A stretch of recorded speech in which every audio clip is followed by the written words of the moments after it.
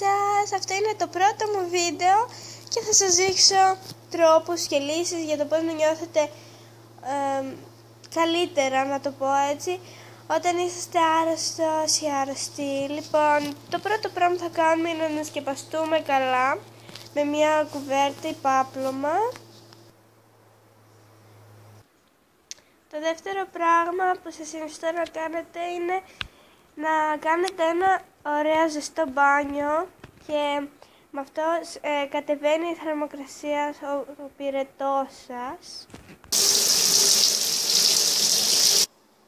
Το τρίτο πράγμα είναι να φορέσετε κάτι άνετο για σας, όπως εγώ αυτή την ωραία μπλούζα, ως συνήθως πιτζάμες φοράμε, και άνετες κάλτσες, οι οποίες είναι χοντρές από αυτές τις ωραίες, τις μαλακές, τις βελούδινες. Όμως και κάτι ακόμα, να έχετε δίπλα σας πολλά πράγματα, όπως εγώ έχω ένα βιβλίο.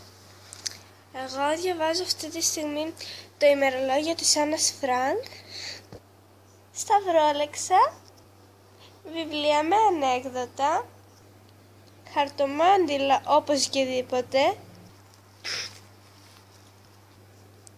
ένα θερμόμετρο για να μετράτε τη θερμοκρασία σας, τον πυρετό σας, νερό, κατά προτίμηση ζεστό θα έλεγα, γιατί μαλακώνει περισσότερο το λαιμό, και διάφορα φάρμακα όπως αυτό ή ένα άλλο που λέγεται Vicks, είναι σε κάτι σε κρέμα, το πλώνεις εδώ ή εδώ και ξεβουλώνει μέσα στη μύτη σου, ή Παναντόλ για το πυρετό και πολλά άλλα ντεπών για αυτά, αλλά και κάτι ακόμα τελευταίο, μια φλιτζάνα τσάι και ένα λάπτοπ για να ασχολείστε, για να δείτε ταινίες και άλλα πράγματα.